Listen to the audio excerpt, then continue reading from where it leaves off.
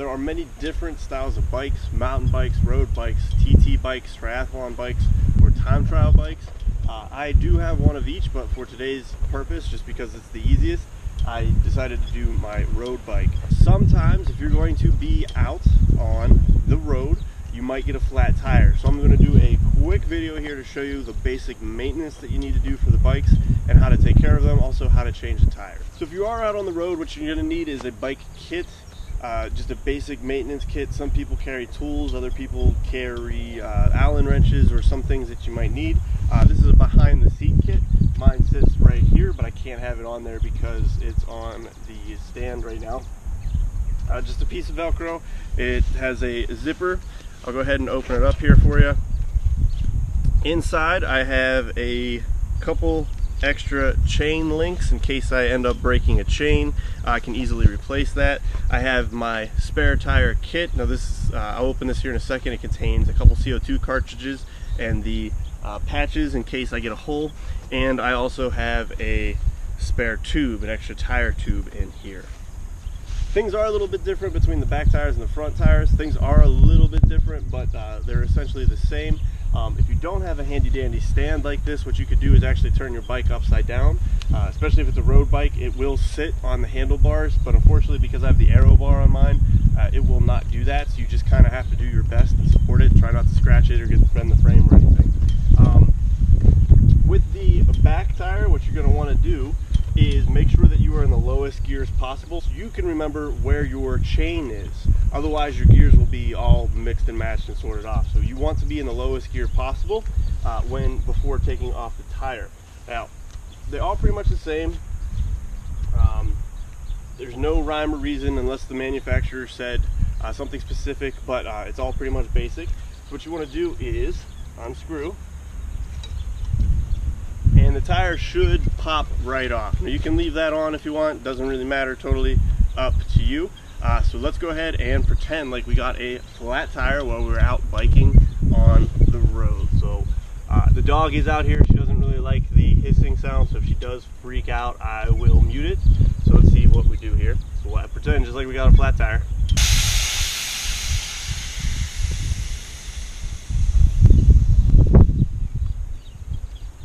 A lot of tires will come with a cap. It's kind of probably hard to see. You have the nipple here of the tire itself. This leads into the inner tube, and then it'll usually have a protective cap. You don't always have to have them. If you do lose them, it's not that big of a deal, but you should try to always protect your nipple, because if you accidentally end up hitting that or damaging that, your tire is not going to always hold tire pressure, especially if you end up hitting that, it'll release air at random spots. So if you can, try to put those in your pocket, keep them handy, try not to lose them too much. So we deflated our tire just like we got a flat tire if we were out on the road. And what your tire is, if you've never taken your bike tire off, you have a hard outer skin and then you have an inner tube. So not exactly like car tires, but kind of the same. There's a lot of people that have tire strippers is what they're called. It's a flat piece of plastic. I do have one here in my kit. I will show you. I don't use them. If you're first starting off, you can. Pretty much it's just it's a thin piece of plastic, and what you do is you end up putting it in between the tire and the rim, and you can just strip off the tire that way. It pops off real easy, but especially in my races I don't always have the space for them, so I just do it with my thumbs, which is totally possible as well. So what you want to do after you've gotten your flat tire is go ahead and work off the cover. Now it's just easy, it'll pop off. Don't press too hard, but they are a lot tougher than they look. So just kind of work it around, and I'll get closer here to show you what I'm doing.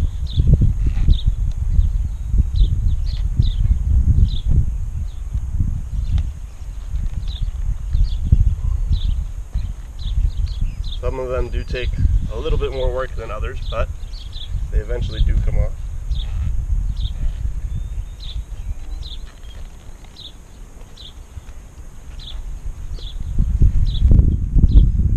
And essentially all I'm doing here is taking the skin of the tire and pushing it off the rim. So hopefully that focus is there for you and you're able to see that. But once you do get a small portion of it off, you can just go ahead and continue working it around the rim. comes off fairly easy. There's just that it's really hard at the beginning, but once you get a portion of it off, it comes right off. Okay, so inside we have the rim here, the rim itself, the wheel itself, and then you have your tube or your tire skin and the inner tube. Now the inner tube is on its own. It has nothing to do with the tire itself. You do need the outer tire, otherwise, you know, the tube would pop, the inner tube would pop. It's not very durable at all. They're pretty weak, pretty flimsy, and if you're too rough with the outer skin, you can pop them. But the inner tube, what you want to do with the inner tube itself, you want to check to make sure that the nipple is still working. If you do have a flat, that there's nothing damaged where it enters the tube itself. If you do have the screw on the outside, that should be on the outside of the rim, so I'm going to fix that here on mine.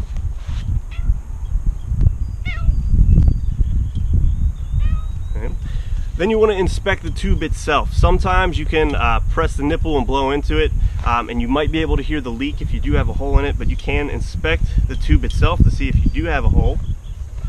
If the tube looks good, that's probably not the culprit, that's not what's causing the hole. So what you could do is take your outer skin, check on the outside, run your fingers along it very carefully, because say you ran over a shard of glass or a piece of metal or something, it might still be stuck in there, so you don't want to cut yourself. But inspect your skin, both inside and outside. Just kind of run your fingers along, see if you see any holes, anything sticking out, anything that might have caused the flat tire itself. After you've done that, if you can't find the culprit there, go ahead and check your rim. The cat's going to say hello today as well. But go ahead and check your rim. So same thing, run your fingers on the outside of the rim, make sure there's no sharp edges. Again, be very, very careful with this step because you can cut yourself. Also check to make sure, run your finger along the inside of the rim here. Also check to make sure that there's nothing stuck in there sticking out as well. If there is, you have a totally different problem. So because I know, I flattened this tire myself, there's nothing wrong with it. I know that all of this checked out. Now there's two things that you can do once you find a hole in your tube. You can either get a patch kit, which is just like a patch on a pair of jeans. They come with a piece of sandpaper, and the patch itself, if I can get this out of the pocket here. So you get a piece of sandpaper, and the patch itself, which just looks like a sticker, is all it really is. You're going to take the sandpaper, wherever that hole is that you found, you're going to rough up the inner tube, you're going to peel the tape off the back of the sticker, and go ahead and press it to the inner tube. Hold it for as long as the directions in your kit say, whatever kit that you do have, and it will seal. It's like getting a brand new tire. But sometimes you rip out too much of the tire, or you have more than one hole, or you've already patched it 5 or 6 times and it's just time to get a new one. So in that case, you're going to replace the tube. So you would go ahead and get your spare tube, which is what I have in my back kit there, and go ahead, stretch it out, and sometimes you can blow them up just a little bit just to make sure that they are holding shape and they also don't have a leak, because sometimes you can get a brand new tube that has a leak as well. Very frustrating after you change a tire and you find out that it has a hole in it.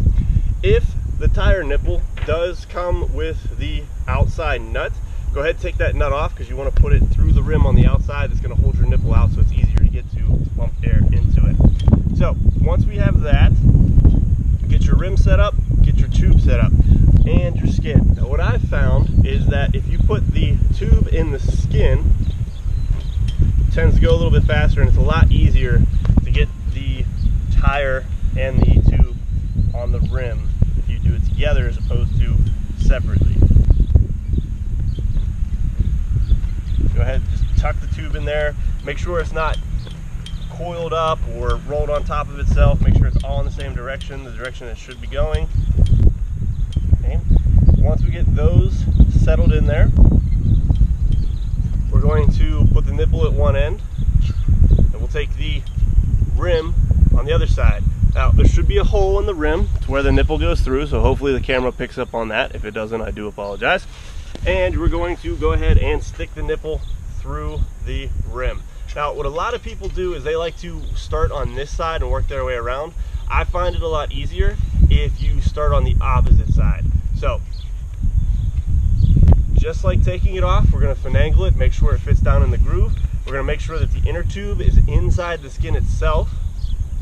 If you do have the nut, before you get too far into it, you can put the nut on the outside of the outside of the rim there. You don't want to tighten it too much. I'll zoom in a little bit here. You don't want to tighten it too much. Let it hang loose so you do have a little bit of play, and we'll tighten it down once we go ahead and pump up the tire itself. Now, as the tire is in this position, again, make sure that your skin and your inner tube, make sure the inner tube's in the skin, and that the skin is in the grooves on both sides.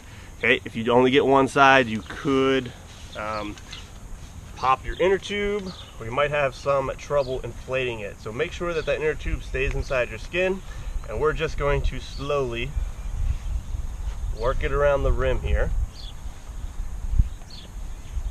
And again, some spots it's going to be a lot tougher than others, especially once you get more and more of the tire on. It's going to be harder and harder to work around. So I like to do at least 3/4 of the tire, making sure that's all in the grooves. We're going to flip it around, and again, you're just going to work it into place. Again, it could be very tough. Just make sure not to damage your inner tube on the inside. Just keep working it around. It'll eventually go. You just got to keep playing with it.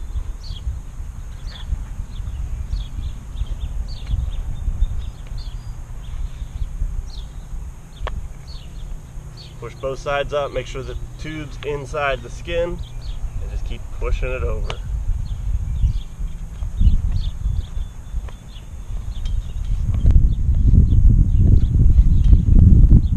Now, the worst part is doing this in a race, because you're seeing all these people pass you and you know you're faster than them, but you got a flat, so you're trying to do your best. Okay, so I have the entire tire back on the rim here. Lost my cap there. So I have the tire on the entire rim here. Now's the time to go ahead and finish screwing on that nut. Try to get it tight to the rim, but not too tight. You could scratch your rim, could damage your rim, but mostly that is there so that when you put air in the tire, you're not pushing the nipple back in on the inner tube and causing the inner tube to rip. So there's two ways that we can inflate this. One, either using CO2 or by using a pump. They do have travel pumps, they're little hand pumps. It takes forever, absolutely forever to fill those back up. The CO2 cartridges, they're fairly easy, they're pretty neat as well. Get back in front of the camera here for you. Hey, mostly they come with a piece of plastic or a piece of metal, and the cartridge itself just screws in there.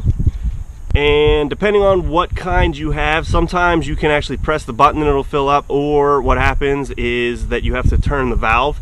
So you have to check to make sure to see what kind of kit that you have that does that.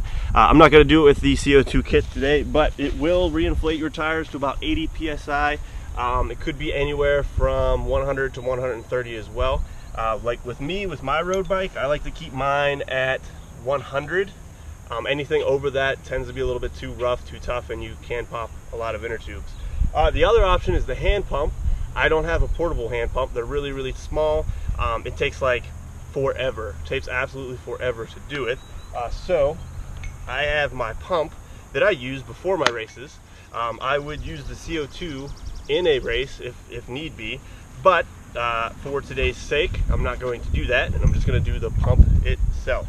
So depending on what type of pump you have and what types of valves you have, mostly every pump that you go to buy, they are adapted to both styles of nipples, but that's totally, just make sure that you have the right one. So I'm gonna go ahead and put the pump on here, lock it into place, make sure that the valve's open on the nipple. I know that it was because I flattened it myself. And we're gonna go ahead and pump it up to 100 psi, which should take a while because it was flat. All done, all done.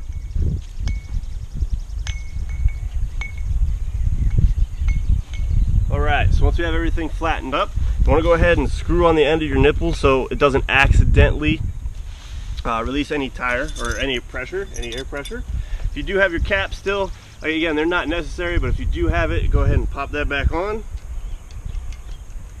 And you're ready to go. Pop your tire back into place, and you're on your way.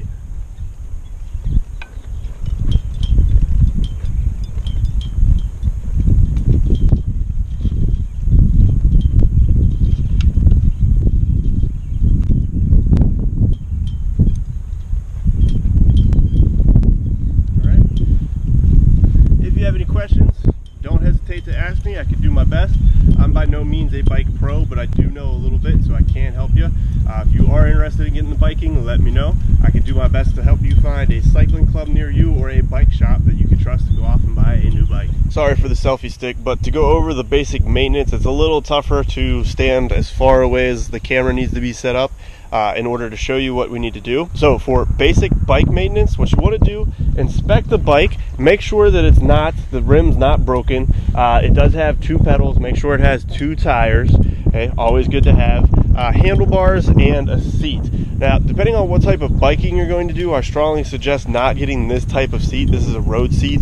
I actually have a special type of bike shorts that have a pad in them, so it's not, this pencil thing that you're sitting on. For more touring bikes, so if you're going to do like a leisure activity, not really like a workout kind of thing, they do have wider, thicker seats. So make sure you do have a saddle, is what they're called. Make sure that you have 2 handlebars, that if you do have shifters, you only want to shift when you're pedaling. So if the pedals aren't moving, don't shift. Make sure that the brakes work, and you do that by giving the brake a squeeze, and as you're squeezing the brake, make sure that the brake on that corresponding tire is actually working. You can see how mine are indeed squeezing the tire, so that's a good thing. Check the back brakes. Usually if you have 2 sets of brakes, you're going to check the back brakes. Also, in the process of checking your brakes, if you do have any external wires coming off, usually these are your shifter cables or your brake cables, make sure that those aren't frayed. You want to make sure that your chain is all in one piece, it doesn't have any breaks, or that you've not replaced too many links, otherwise you could have issues later. Also make sure that it is the right size. If you've never taken it off, never replaced it, you're probably good. You're also going to want to make sure that your cogs are well lubricated. If you do wipe your finger on them, you should have some grease coming off, but not overly that it's dripping off. You can kind of see my chain is filthy here. If you look in between, you're going to see like all that grit and dust. I do need to clean it myself. I just take this on a 4-hour ride this Saturday, so it's a little bit dirty that way. You also want to check to make sure the spokes of each tire aren't nicked, missing, cut, bent too badly. So make sure that they are in proper working order as well. And depending on what type of riding you're doing, make sure that you are well equipped. So make sure you have your water bottles. If you are going on a longer ride, staying hydrated is very important. Always, always, always wear a helmet as well. I cannot remember the law off the top of my head. I do believe it's 12. Anyone under 12 has to wear a bike helmet, but it's always better to be safe than sorry.